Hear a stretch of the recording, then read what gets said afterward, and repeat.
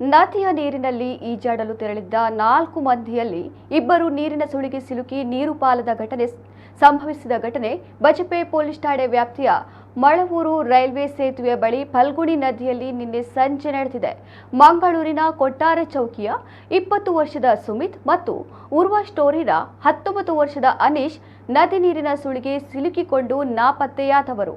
ಸ್ನೇಹಿತರಾದ ಮಂಗಳೂರು ನಗರದ ಕೋಡಿಕಲ್ ನಿವಾಸಿಗಳಾದ 19 ವರ್ಷದ ಅರುಣ್ ಮತ್ತು 20 ವರ್ಷದ ದೀಕ್ಷಿತ್ ಹಾಗೂ ಕೊಟ್ಟಾರ ಚೌಕಿಯ ಸುಮಿತ್ ಮತ್ತು ಉರ್ವ ಸ್ಟೋರಿನ ಅನೀಶ್ ಅವರು ಮಳವೂರು ರೈಲ್ವೆ ಸೇತುವೆ ಬಳಿ ಫಲ್ಗುಣಿ ನದಿಯಲ್ಲಿ ಈಜಾಡಲು ಹೋಗಿದ್ದರು. ಈ ಪೈಕಿ ಸುಮಿತ್ ಮತ್ತು ಅನೀಶ್ ನದಿ ನೀರಿನ ಸುಳಿಗೆ ಸಿಲುಕಿ ನೀರು ಪಾಲಾದರು.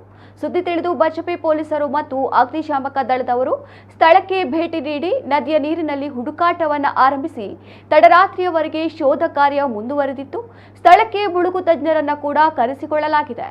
ಯುವಕರಿಬ್ಬರು ನೀರಿನಲ್ಲಿ ಮುಳುಗಿದ ಸುದ್ದಿ ಕೇಳಿ ಹಲವಾರು ಮಂದಿ ಸ್ಥಳಕ್ಕೆ ಭೇಟಿ ನೀಡಿದ್ದರು.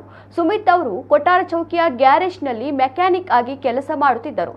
ಅವರ ತಂದೆ ಕೆಲವು ಸಮಯದ ಹಿಂದೆ ಅನಾರೋಗ್ಯಕ್ಕೀಡಾಗಿ ಮನೆಯಲ್ಲೇ ವಿಶ್ರಾಂತಿ ಪಡೆಯುತ್ತಿದ್ದಾರೆ.